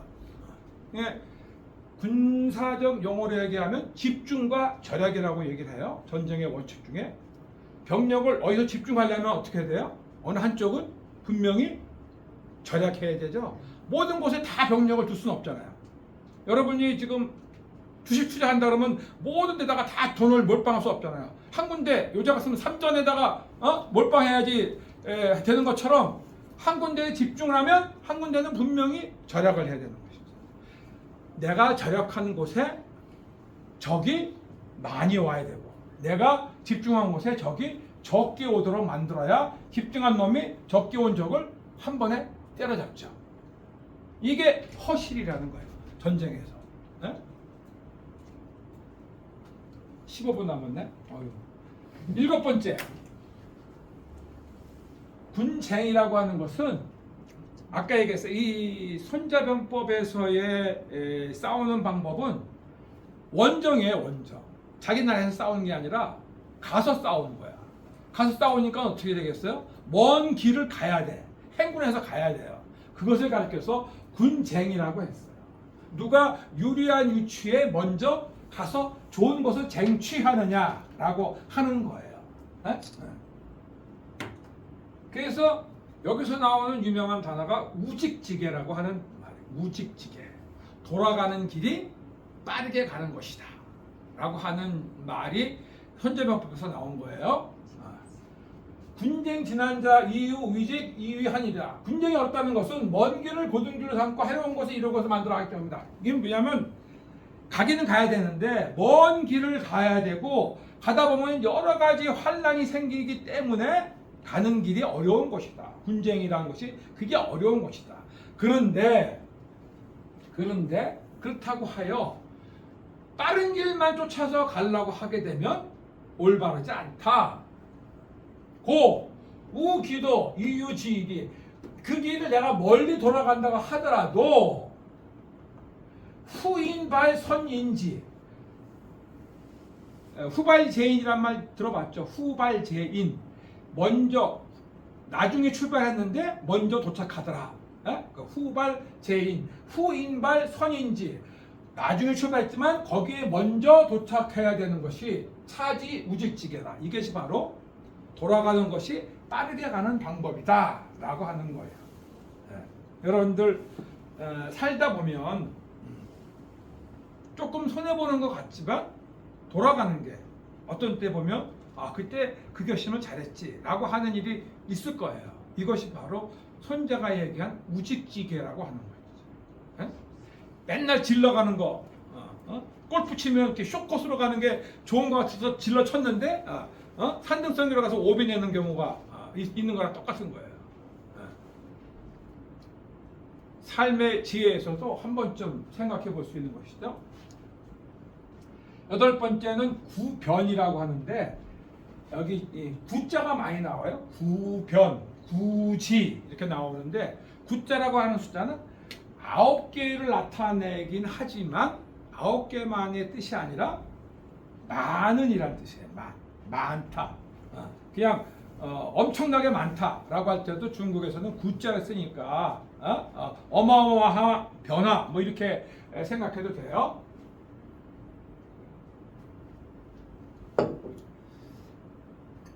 구변에서는 지형과 기상, 환경의 변화, 대비 태세, 주의 관한 태세 등을 얘기하는데 이것도 약간 조금 이 논지에서 벗어난 듯한 얘기가 중간중간에 있어서 이해하기가 좀 그래요. 그렇지만 하여튼 여기도 좋은 말은 많이 있어요. 제일 멋있는 말이 이 말이죠. 무식이불래 시오유이돼야 적이 오지 않을 것을 믿지 말고 내가 기다리고 있음, 준비되고 있음을 믿어라. 무식이불고 적이 공격하지 않을 것을 기대하지 말고 시오, 유소, 불가 내가 적으로 하여금 불가공, 감히 공격하지 못하도록 하고 있음을 믿어라 라고 하는 것이죠. 이게 군대가 준비태세를 한다는 말이죠. 여러분 화이트 투나잇이란 말 들어봤어요? 화이트 투나잇? 그게 군대가 내걸고 있는 명제예요. 군대가 국민들한테 던지는 제일 중요한 뭐라 그럴까 화두? 화이트 투나잇이라고 하는 뜻은 뭐냐면 오늘 밤 당장이라도 전투가 나도 지금 있는 그대로 싸울 준비가 되어져 있다. 이런 뜻이에요. 화이트 투나잇이. 그러니까 김개똥이가 휴가를 가고 무슨 중대장이 어디 휴가를 가고 누가 지금 출산휴가를 가고 가 있다 하더라도 나갔죠. 걔네들은 다. 그렇더라도 오늘 밤에 전쟁이 나면 우리 대대는 우리 중대는 우리 사단은 있는 상태, 지금 있는 애들 그대로 전쟁을 할 수 있습니다 라고 하는 상태를 늘 유지해야 된다. 이게 군이 해야 할 역할이라는 것이죠. 이것을 한마디로 얘기하면 화이트 투나잇이에요. 이게 그 말이에요. 적이 공격해옴을 믿지 말고 적이 감히 공격해 올 수 없도록 내가 준비되어 있음을 믿어라 하는 말이 이게 손자가 했던 말이죠. 지휘관들이 꽤 많이 이제 부하들한테 쓰는 말 중에 하나예요. 9번째 행군이에요. 아까 얘기한 것처럼 이거는 이제 이 병력들을 데리고 멀리 가야 되기 때문에 이 지리적 환경성에서 병력을 어떻게 다뤄야 되고 뭐 한다고 얘기하는데 저는 행군편을 별로 좋아하지 않는데 왜 그러냐면 이 행군편에서 보면 손자가 병사들을 보는 이 관점이 너무 올드 데이트한 거예요. 어쩔 수 없잖아요. 그 시대의 관점에서 손자가 봤으니까 병사들한테는 정보 같은 것도 알려주면 안 된다. 모르게 해야 된다. 그리고 힘들게 몰아붙여야 된다. 죽을지 살지 모르는 곳까지 몰아붙이면 지가 살으려고 나온다. 뭐 이런 얘기들을 손자부에 쭉 할 때 보면 지금 요새 얘기하는 지휘 통솔, 리더십하고는 너무 많은 차이가 있죠. 그런데 그 당시에는 뭐 그럴 수밖에 없었다는 생각도 들어요. 옛날에는 모든 사람들이 전쟁을 했던 건 아니에요. 7가족이 있으면 7가정이 있으면 그 중에 한 가정에서만 애를 하나 뽑아. 여기 전쟁을 데리고 나가요. 그러면 어떻게 하겠어요? 나머지 가정들이 이 가정을 도와줘. 예. 예를 들어서 손자병법에 그 말이 나오는데 병력 10만이 만든다. 그러면은 10만 병력을 만든다고 하는 말은 무슨 뜻이냐면 70만 호가 있다는 뜻이야. 가정이 70만 개가 있어야지 10만을 만드는 거예요. 하나 7개가 한 단위니까 뽑아서 10만을 만들어야 되니까. 그러니 이거는 지금처럼 국민 개병제가 모든 사람들이 다 모든 국민이 다 군인이 되는 게 아니란 말이죠. 그러니 애국심 뭐 이런 것들이 그렇게 높지 않은 상태에, 그러니까 장군과 이 간부들과 병 사이가 그렇지 않은 신분 구조였다는 것이죠. 이런 것이 이제 동양만 그런 게 아니고 서양도 좀 그래 왔어요.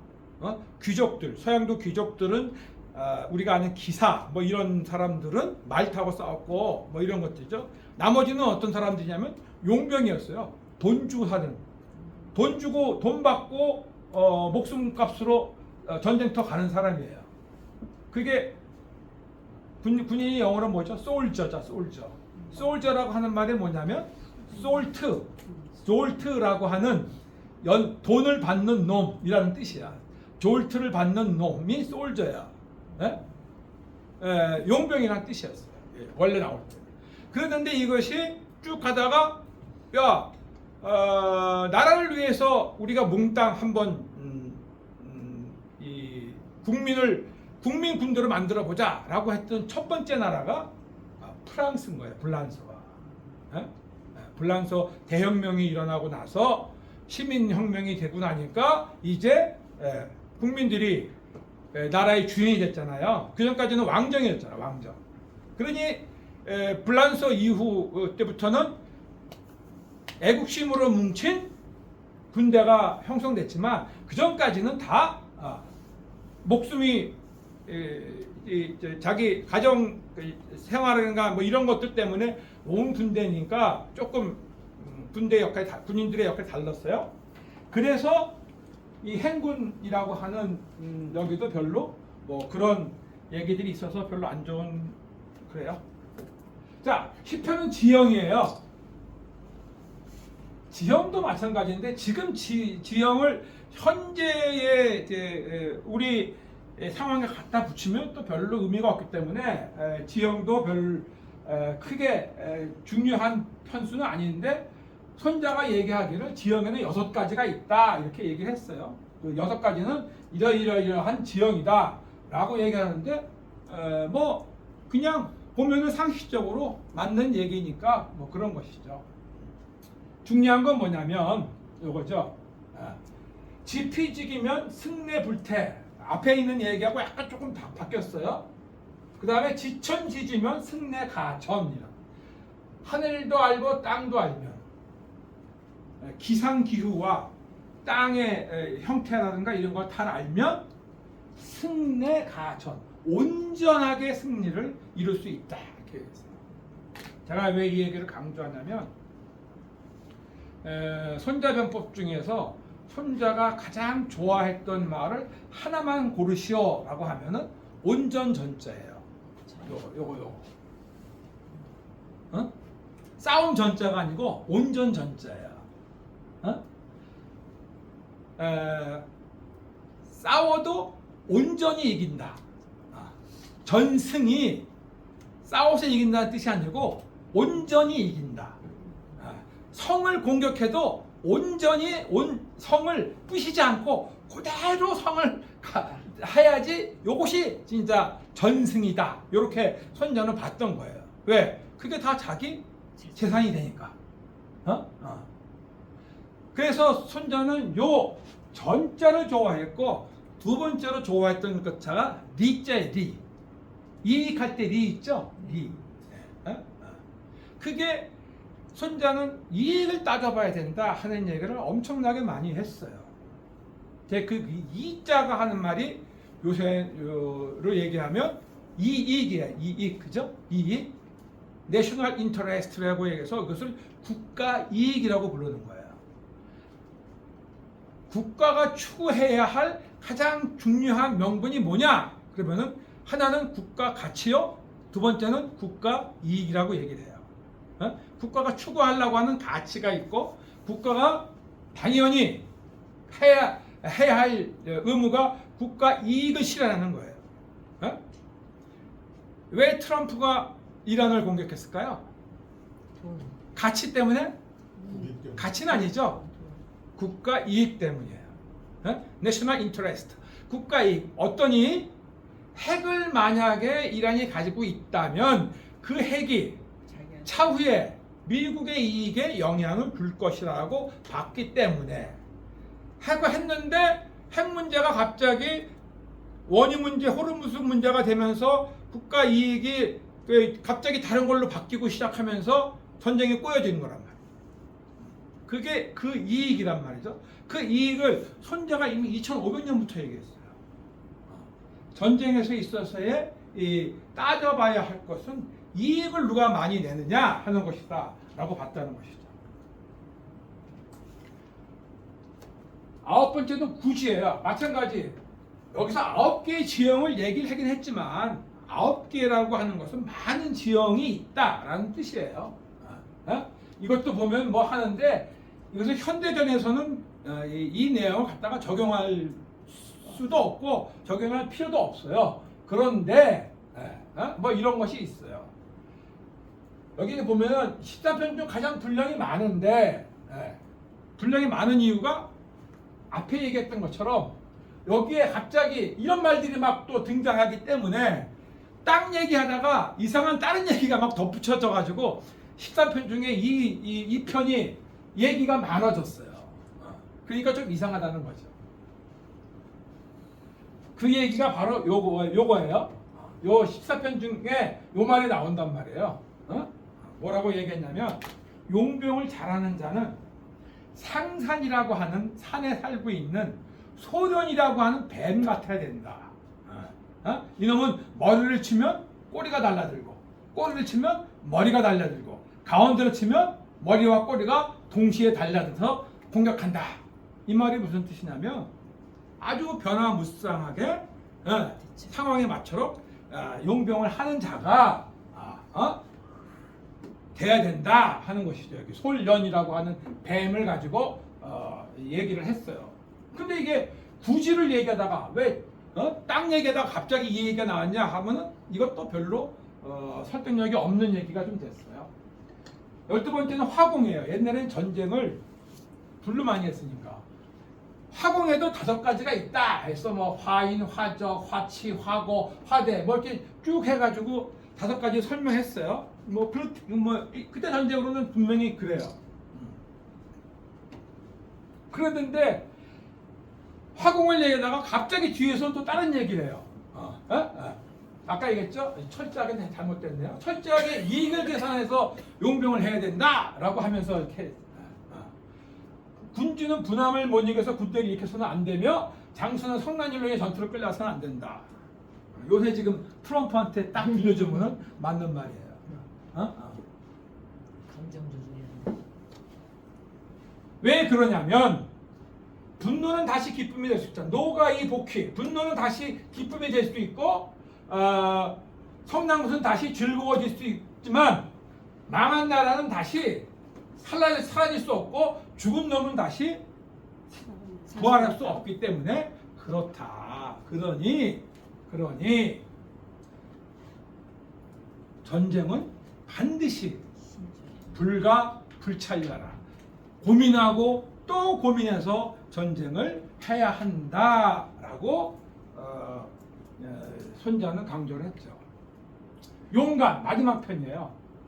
왜 용간, 간첩을 쓰는 게 13편으로 갔는지 좀 의심스럽기는 해요.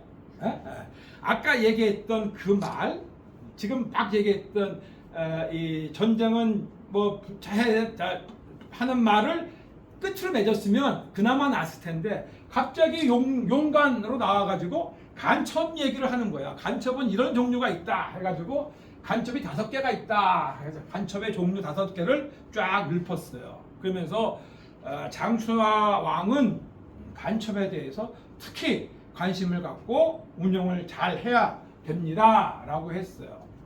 전쟁 중에 정보 활동만큼 중요한 것은 없다. 뭐 동의는 하는 바죠. 그래서 군대 중에서 정보 활동이 아주 정보 활동을 강조한 것은 좋은데 이것이 13편의 끝으로 적당한가? 이렇게 물어본다면 뭔가 지금 이 끝이 아사무사하단 말이죠. 이게 끝이에요. 이 손자병법의 끝이란 말이에요. 그래서 이게 앞에서 말씀드린 것처럼 손자병법이 완편되지 않은 상태로 발견되지 않은 것이 아닌가 하는 의심을 합리적으로 하게 되는 것이죠.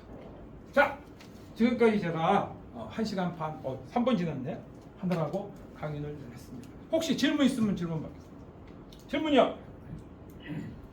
질문 없으세요? 너무 완벽하게 하셔서 네? 너무 완벽하게 따라하기 강의하셔서 힘들었어요. 따라오기 힘들었어요? 정신 못 차려. 그럼 제가 질문해 볼까요? 다음에 2편씩 읽어가면서 이렇게 2편씩 1시간 반 내지 2시간 하면은 하겠다. 1분, 2분, 3분, 4분, 5분. 그거는 한번 올려주실래요? 그렇게 할 수 있는지? 네? 그러면 요렇게 할 거예요. 요 책, 제가 육사에서 만들어둔 요 책을 가지고 독해를 하면서 할 거고요. 저하고 할 약속은 뭐냐면 2편을 할 겁니다. 2편을 해요. 그러면 2편이 끝나면 2주에 한 번씩 할 건데 다음에 오실 때는 그 2편을 1회, 사별 쓰는 거 아니에요. 1회 써오셔야 돼요. 이렇게. 그런데 쓰기 어려운 한자가 있어요. 아주 복잡한 한자. 요새 지금 뭐 간자 체력을 해가지고 한자가 간단해졌잖아요. 중국 놈들도 안 쓰는 한자 많아. 이 손자병법에. 그런 건 대충 쓰셔도 돼요. 만약에 한자가 어려우시잖아요. 한자가 어려우시면 제가 아까 뻥친 거고 이 책은 제가 전부 다 한 권씩 드릴 거예요. 어려우시면 한글도 써도 돼요. 한글로. 3줄이니까 한글로만이라도 쓰면서 한번 보시면 좋아요. 왜 그러냐면 아까 필사 말씀하셨는데 제가 생각하는 여기 제가 서문에도 썼지만 인문학을 배울 수 있는 가장 좋은 방법은 필사예요. 필사를 하면서 한번 생각을 이렇게 정해볼 수 있거든요. 그래서 오늘 여기 계신 분들 한 분들 빼고 우리 감독님까지 포함해서 제가 여기서 사인해서 드릴게 이렇게 다음에 오실 때는 그렇게 하는 걸로 하고 자세한 거는 라이브러리 쪽에서 정해서 한번 올려주시면 돼요. 네. 그럼 오늘은 여기 강의는 여기까지 하도록 하겠습니다. 마치겠습니다. 감사합니다. 질문 있습니다. 이재수 사령관은 어떤 사람이었어요? 이재 사령관이 제 동기생이었죠. 그러니까 예. 아주 훌륭한 동기생이었고요. 훌륭해요. 그렇게 죽을 애가 아니었죠. 그런데 뭐라 그럴까요?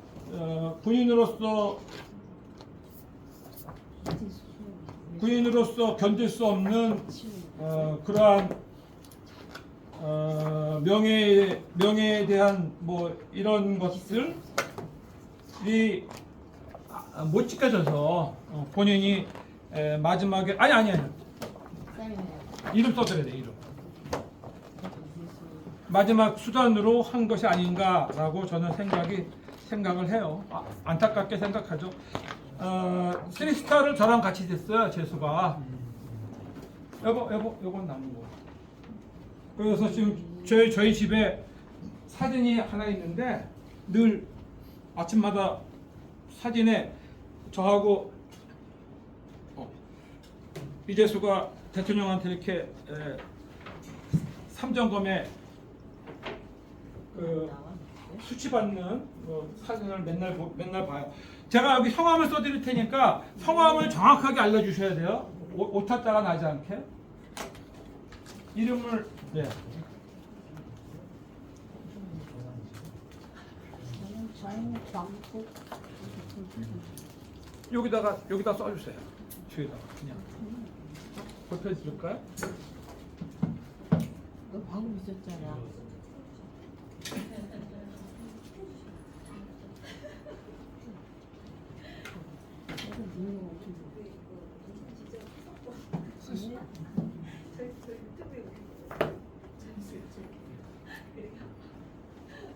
정광호 차미호님이에요? 네. 이재수 씨가 왜 돌아가셨어요? 2018년에 돌아가신 분이야? 네. 일찍 돌아가셨어요. 자살했죠.